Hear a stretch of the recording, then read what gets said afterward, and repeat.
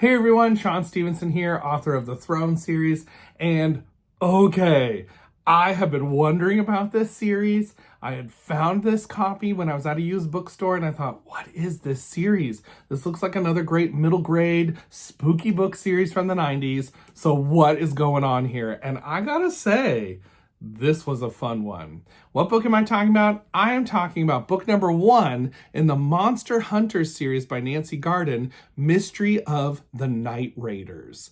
Now, this book was a lot of fun, and I'm going to be so careful not to spoil anything because there are definitely some spoilers. There is some interesting lore, and I think Nancy Garden had something super special here. So let's talk about it. So Mystery of the Night Raiders is book number 1 in the Monster Hunters series. And I will just say there are 5 books in the series. You've got to read this one first because it sets up the world that we are in. It sets up the characters and what is going on. And I will say some of these books are hard to get. I have been trying to get book 2 for a while after I finished reading this one, and it has been hard to track down. I did find book 3 and book 4, and I haven't tracked down book 5 yet, which seems like it's even harder than book 2 to find, but I definitely can't wait to find book 2 and keep reading this series. In Monster Hunters, you have this kid named Brian who goes over the summer to live with his grandparents who live on a farm in Vermont.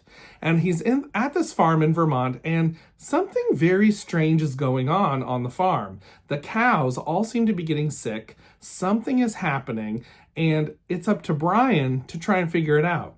Because Brian is a giant Sherlock Holmes fan. And so using all the logic of Sherlock Holmes, he is trying to figure out what's happening to the cows. Like, why are they all getting sick and why are some of them dying?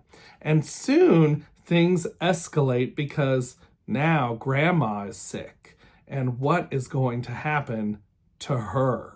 So this series starts off with dread. I feel like Nancy Garden does such a good job of using dread to build the suspense of what is happening.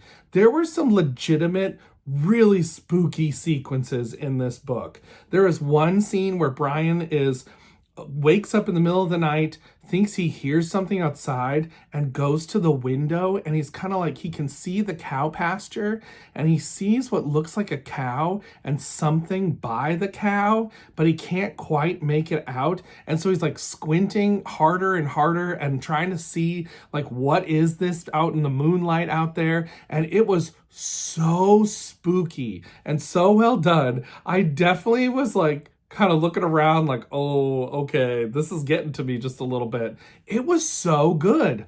You also have a couple of friends that come along with Brian. You have Darcy and you have Numbles, which Numbles is a nickname I'm not going to explain right now, but Numbles and Darcy. Numbles is super into reptiles, and so he has like all these reptiles he owns, and Darcy is the girl who is just gonna take the neighborhood by storm. She knows what's up. She is really good at a lot of things, but she's not a Mary Sue. I really appreciated that about her character.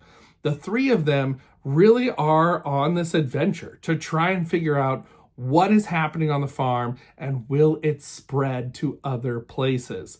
And I will say, if you've read a lot of spooky books, you might be able to guess what's happening here, but the lore and one of the twists was definitely what got me. Because I kind of guessed, I was like, I'm pretty sure I know what's happening here based on a couple of clues that you've dropped here.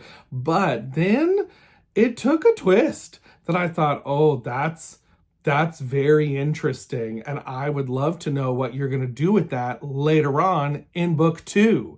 And Nancy Garden, she just wove this story so well. There's lots of good mystery. There's good red herrings. I feel like you are thinking like one direction and then you're all of a sudden like, well, maybe it's this. And then you're back over here and you're like, well, maybe it's that. And you are not sure who is who and what is happening in the zoo. And I really, really loved that. Like I said, great dread, such good buildup. The characters are a lot of fun. I never felt like any of the characters were annoying. And also, sometimes in mysteries, it can take characters quite a little bit after the readers already figured something out to figure something out. And I never felt like this book dragged that out at all. You were kind of going along with the characters as they discovered things, and you're like, ooh, maybe it's this. And like a page later, the characters are like, maybe it's this. So you felt like as a reader really satisfied because you're thinking, oh, I figured this out. And then the characters have just caught up to me not that much longer afterwards. So it's not going to like drag on like, I know what it is. Like, why don't you already decide this and get on board with it? I think what's super interesting to me is the world that is opened up at the end of the book. Because like I said, there's 5 books in this series. And book number 2 goes back to the city where Brian is from. And the characters are coming to the city. And so I am just so intrigued by what is Nancy Garden going to do coming up in this series now. This was such a great start. It has such good atmosphere, such great spooky moments. It is a perfect summertime, middle grade spooky read. And I can't wait to see what she does in book 2 because of the world she's opened up and the questions that she has left not totally unanswered, but like the questions that have opened up into these larger questions now of like, well, what does this mean for the rest of the world? And I thought that was fascinating. So much fun. So I definitely give Monster Hunters Mystery of the Night Raiders a 5 out of 5 stars.